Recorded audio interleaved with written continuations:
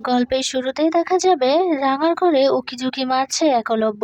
ওইদিকে বৃন্দা এসে একলব্যকে দেখে নেয়। এরপর বৃন্দা মনে মনে বলছে, একলব্য কি আমার মতো রাঙাকে সন্দেহ করছে?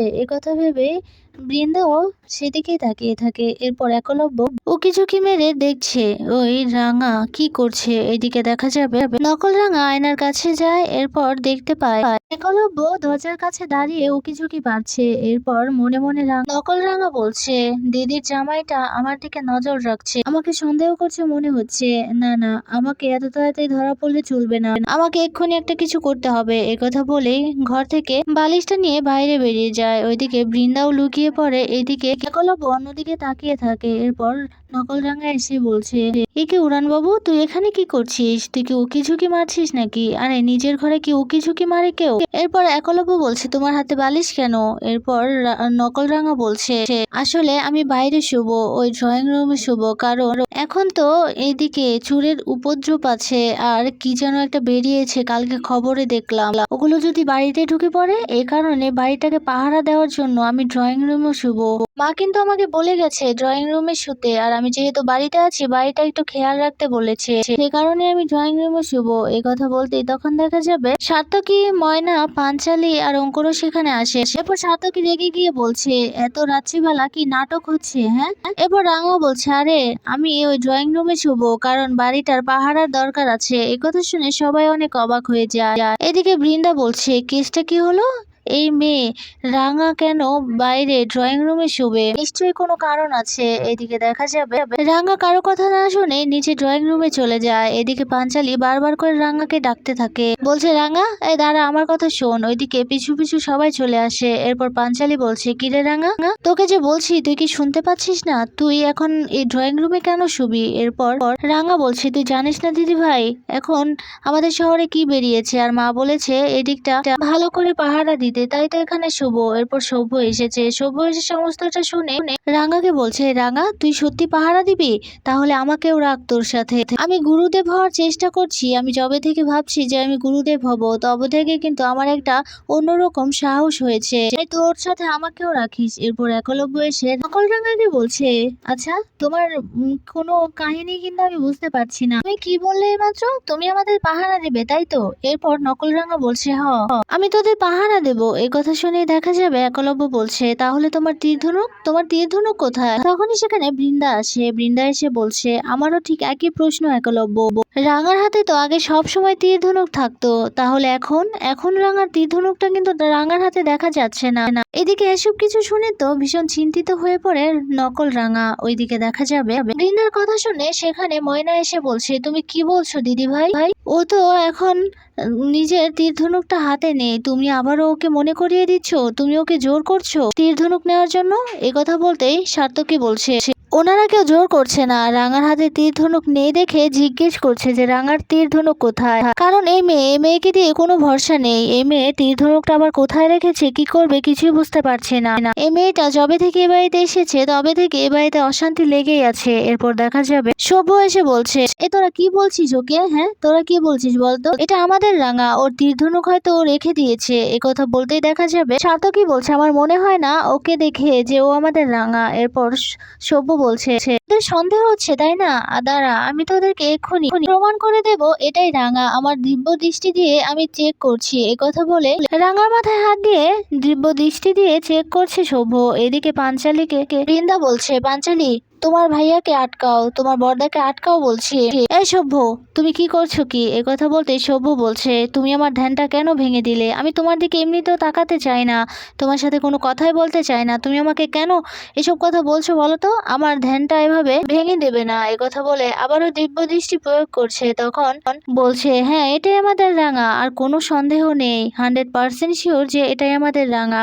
সবুর কথা শুনে ভীষণ খুশি হয়ে যায় নকল রাঙা। এরপর সবু বলছে, এই শোন, কেউ ওকে বিরক্ত করবি না, এই আমাদের রাঙা, এ কথা নিয়ে আর কোনো কথা হবে না, কিন্তু এটাই আমাদের রাঙা। এরপর দেখা যাবে সার্থকী বলছে, চলো তো ময়না, এখানে এসব নাটক দেখার সময় নেই, ঘরে গিয়ে ঘুমোবো। এরপর দেখা যাবে সেখান থেকে সবাই চলে যায়। এরপর একলব্য রাঙাকে বলছে, তাহলে তুমি এখানেই থাকবে? ঠিক আছে, আমি গেলাম। এই কথা বলে একলব্য সেখান থেকে চলে যায়। এরপর বৃন্দা রাঙার দিকে তাকিয়ে মুচকি মুচকি হাসছে। এদিকে নকল রাঙা তো ভীষণ ভয় পাচ্ছে, ভাবছে না জানে বৃন্দা ওকে চিনে ফেলে। এরপর বৃন্দা এসে রাঙার দিকে তাকিয়ে হাসছে আর বলছে, তোদের খেলা পুরো জমে উঠেছে, কিন্তু আমি শুধু একটা কথাই ভাবছি, তোকে ও কোথা থেকে খুঁজে পেলো। এই কথা শুনেই তো চমকে যায় নকল রাঙা। তারপর নকল রাঙা বলছে, কি বলছিস কি তুই বড় বৌদিদি? এই কথা বলতে বৃন্দা বলছে, না কিছু না। এরপর বৃন্দা হাসছে। বৃন্দার এমন রহস্যময় হাসি দেখে নকল রাঙা আরো অবাক হয়ে যায় আর ভয়ও পেয়ে যায়। এরপরই বৃন্দা সেখান থেকে চলে যায়। এইদিকে নকল রাঙা বলছে, না না, দিদিকে আমাকে ফোন করতেই হবে, দিদিকে সবটা বলতে হবে, দুদিনের মধ্যেই সবটা ঠিক করে দিদিকে আবার বাড়িতে ফিরতে হবে, না হলে আমি আবার ধরা পড়ে যেতে পারি। এ কথাই বলছে নকল রাঙা। ওইদিকে দেখা যাবে বৃন্দা নিজের ঘরে গিয়ে দরজাটা ভালো করে আটকে দিয়ে একটা সুটকেস নামিয়ে, একটা কম্পিউটার নামিয়ে সেই কম্পিউটারে কারোর সাথে কথা বলছে। সেগুলো আর কেউ নয়, সেই জঙ্গলে থাকা অদ্ভুত ধরনের সেই লোকগুলো। তাদের সাথে কোনো যোগসূত্র আছে বৃন্দার, তাদের সাথে কথা বলছে। এরপর হাসছে বৃন্দা।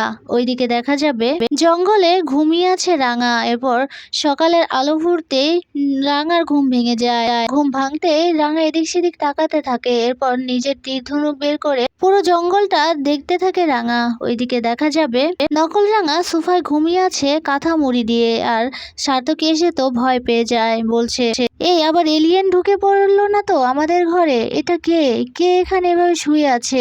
এই কথা বলে চিৎকার চেঁচামেচি করতে থাকে। তখনই নকল রাঙার ঘুম ভেঙে যায় আর উঠে বসে। এরপর সার্থকী তো ভীষণ রেগে যায়, বলছে, তুই এখানে কি করছিস? আমি তো টিভি দেখবো, তুই এখানে এসে বসে আছিস? এখানে কেন শুয়েছিস? সর এখান থেকে। এরপর পাঞ্চালি বলছে, হ্যাঁ রাঙা, তোকে তো আমি বারবার বারণ করেছিলাম যে তুই ঘরে গিয়ে শুয়ে পড়, তুই এখানে কেন ঘুমুলি বলতো? এখন তোকে কথা শুনতে হচ্ছে। এরপর ময়না এসে বলছে, আমি নিশ্চিত ওর একলব্যর সাথে ঝগড়া হয়েছে, সে কারণেই ও এখানে এসে ঘুমিয়েছে, কি তাই তো রাঙা?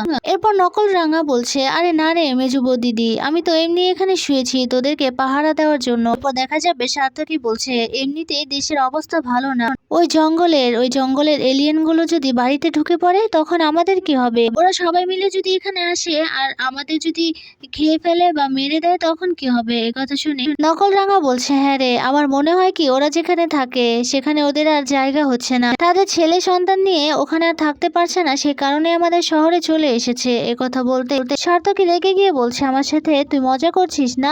ফাজলামো পেয়েছিস? রসিকতা করছিস আমার সাথে? এ কথা বলে চিৎকার চেঁচামেচি করতে থাকে সার্থকী। এরপর ময়নাকে এসে বলছে, চলো তো এখান থেকে, এখানে আর থাকতে ভালো লাগছে না, ওর কথাগুলো শুনতে ভালো লাগছে না আমার। এরপর রাঙাকে এসে পাঞ্চালি বলছে, রাঙা তোকে বলেছি না কথা বলবি না, চল আমার সাথে রান্নাঘরে চল। নকল রাঙাকে নিয়ে চলে যাবে। তখনই নিউজ চ্যানেলে নিউজ দেখানো হচ্ছে, সেখানে বলা হচ্ছে ওই অদ্ভুত ধরনের লোকগুলোর এখনো কোনো হদিশ পাওয়া যায়নি।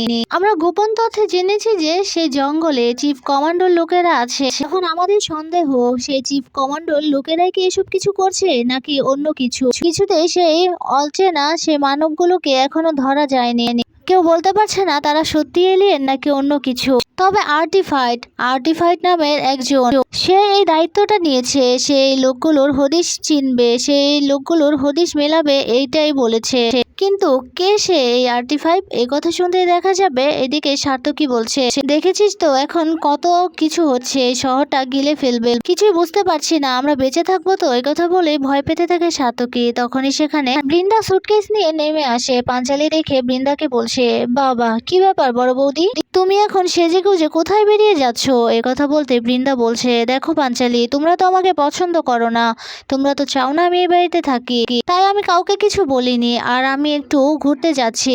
একথা শুনতে পায় সভ্য এসে বলছে, বাহ ভালোই হচ্ছে, বিদেয় হচ্ছে আপদ, আমার কথা ভগবান শুনেছে, আপদ বিদেয় হচ্ছে। একথা বলতে বৃন্দা বলছে, শোনো সভ্য, আমি আবার চলে আসব, আমি কিছুদিনের জন্য যাচ্ছি ঘুরতে। এরপর বৃন্দার কথা শুনে সভ্যর মুখটা ছোট হয়ে যায়। এরপর বৃন্দা বলছে, আমি এ বাড়ি থেকে তো একেবারে যাব না, আমি ঘুরতে যাব, তবে তুমি এখান থেকে চলে যাও সভ্য, তোমাকে আমি সহ্য করতে পারছি না। এই কথা বলে বৃন্দা সেখান থেকে চলে যায়। এদিকে অস্থির নিঃশ্বাস ফেলে সভ্য। ভালোভাবে দেখে আসে বৃন্দা চলে গেছে। এরপর ফোনটা বের করে কাউকে মেসেজ পাঠিয়েছে, সেখানে বলেছে বৃন্দা কোথাও একটা বেরিয়ে গেছে নিজের লাকেজ গুছিয়ে, এই কথাই বলে মেসেজ পাঠিয়েছে কাউকে। এদিকে দেখা যাবে নকল রাঙা মনে মনে বলছে, না না, দিদিকে যে করে হোক খবরটা পৌঁছতেই হবে। এভাবে নাটক আর কতদিন করব, না জানি ধরা পড়ে যায়, একথাই চিন্তা করছে নকল রাঙা। ওইদিকে তীরধনুক হাতে নিয়ে জঙ্গলের গভীরে চলে গেছে রাঙা। সেখানে একটা গর্তের মধ্যে পড়ে যায় রাঙা। এরপর কিছুতেই সেই গর্ত থেকে পাটা ওঠাতে পারে না। এরপর রাঙা ভয় পেয়ে যায়, বলছে ওই এলিয়েনগুলো যদি আমাকে দেখে নেয় তাহলে কি হবে, একথাই ভাবছে রাঙা আর ভয় পাচ্ছে। ওইদিকে দেখা যাবে পাঞ্চালির সাথে নকল রাঙা কথা বলছে। এরপর সেখানে একলব্য আসে। একলব্য এসে নকল রাঙাকে ইশারা করে বলছে, রাঙা এদিকে এসো। এরপর নকল রাঙা একলব্যর সামনে যায় ভয়ে ভয়ে। এরপর নকল রাঙাকে একলব্য বলছে, আমরা আজকে মেমোরি টেস্ট খেলা খেলবো। এই কথা শুনেই তো ভীষণ অবাক হয়ে যায় নকল রাঙা। এইদিকে একলব্য ওই দিনের ঘটনাটাই মনে করতে থাকে, কারণ রাঙার ছোঁয়া খুব ভালোভাবে চেনে একলব্য, সে কারণেই ওর সন্দেহ হচ্ছে এটা আসলেই রাঙা কিনা। এরপর একলব্য নকল রাঙাকে বলছে, তোমার সাথে আমার কত মুহূর্ত আছে, সেইগুলো মুহূর্তের কথা আমি তোমার মুখ থেকে শুনতে চাই। কত পাগলামি না করেছো, সেই সব কথা তুমি আজকে বলবে। আমি দেখবো তোমার কি কি মনে আছে আর কতটুকুই বা মনে আছে। সে কথা শুনেই তো অঙ্কুর বলছে, বাহ ভালোই তো। তখন দেখা যাবে সভ্য এসেছে। সভ্য এসে বলছে, তোরা মেমোরি টেস্ট খেলা খেলবি, ভালোই হলো। যাই হোক, কত পুরনো স্মৃতি আছে, ভালোই লাগবে বল। কিন্তু শেষমেশ আমি বিয়েটা করে নিজের জীবন তো ধ্বংস করেইছি, পুরো ফ্যামিলিটাকে আমি ধ্বংস করে ফেলেছি এই বৃন্দাকে ঘরে এনে। তবে যাই হোক, পুরনো স্মৃতির কথা মনে করতে ভালোই লাগবে। এরপর ময়না পাঞ্চালীকে বলছে, শোনো পাঞ্চালী, তুমি কিন্তু আবার রাঙাকে হেল্প করো না, কিছু মনে করিয়ে দিও না। পাঞ্চালী বলছে, আরে মাথা খারাপ নাকি, ওরটা তো ওরই মনে আছে কি, তাই না রাঙা? এরপর নকল রাঙা বলছে, হ্যাঁ। এরপর একলব্য আর রাঙা সোফায় বসে পড়ে। এরপর একলব্য রাঙাকে বলছে, আচ্ছা রাঙা বলো তো, তোমার সাথে আমার প্রথম দেখা কোথায় হয়েছিল? এরপর নকল রাঙা বলছে, কেন, তোর সাথে তো আমার সেই জঙ্গলে দেখা হয়েছিল, আমাদের গ্রামে কুসুমদারি। এদিকে দেখা যাবে একলব্য এই কথা শুনে ভীষণ খুশি হয়ে যায়। এরপর নকল রাঙা মনে মনে বলছে, ভাগ্যিস দিদি আমাকে সবটা বলে গিয়েছিল, তাই তো আমি বলতে পেরেছি। কিন্তু এখন যদি আরো কিছু জিজ্ঞেস করে যেগুলো আমি না জানি, তখন কি হবে, এ কথাই বলছে নকল রাঙা। এরপর দেখা যাবে একলব্য আরো অনেক ধরনের প্রশ্ন করতে থাকে, সবগুলো প্রশ্নের উত্তরই ঠিকঠাক সেই নকল রাঙা দিতে পারে। এটা দেখে ভীষণ খুশি হয়ে যায় সবাই। এরপর দেখা যাবে পাঞ্চালী বলছে, গুড রাঙা। এদিকে সভ্য বলছে, রাঙা, আমাদের রাঙা অনেক কিছুই মাথায় রাখে, ওর অনেক বুদ্ধি, ও অনেক কিছুই মনে রেখেছে। এই কথা বলতেই দেখা যাবে একলব্য নকল রাঙাকে বলছে, আচ্ছা রাঙা বলো তো, আমাদের যেদিন বিয়ে হয়েছে ফুলসজ্জার দিন রাত্রিবেলা তোমার সাথে আমার ভীষণ ঝগড়া হয়েছে, তোমার উপর আমি ভীষণ রেগে গিয়েছিলাম, বলো তো সেটা কি কারণে, মনে আছে তোমার? এরপর ময়না বলছে, সে কথা কেন মনে থাকবে না, আমার তো সব কথাই মনে আছে আগে, তাহলে রাঙার কেন মনে থাকবে না? এরপর দেখা যাবে সেখানে সার্থকী আসে। সার্থকী এসব কিছু দেখে ভীষণ রেগে যায়, বলছে, আমাদের শহরের এই অবস্থা, বেঁচে থাকবো কিনা কেউ জানে না, তবে আমাদের বাড়ির কারোর এসব নিয়ে চিন্তা নেই, ওরা এখন মেমোরি টেস্ট খেলা খেলছে, এদের নিয়ে আর পারি না, বাড়িতে যে কটা এসেছে সব কটা অকর্মা ঢেকি। কথা বলে রেগে সেখান থেকে সার্থকী চলে যায়। এদিকে দেখা যাবে একলব্য নকল রাঙাকে প্রশ্ন করছে, কিন্তু এই প্রশ্নের উত্তরটা নকল রাঙা কিছুতেই দিতে পারছে না। এদিকে ভীষণ ভয় পেতে থাকে নকল রাঙা, বলছে, দিদি তো আমাকে এই কথা বলেনি, তাহলে আমি এই প্রশ্নের উত্তর কি করে দেব, আমি কি এখন ধরা পড়ে যাব দিদির স্বামীর কাছে? এই কথা বলেই ভয়ে ভয়ে তাকাচ্ছে একলব্যর দিকে নকল রাঙা।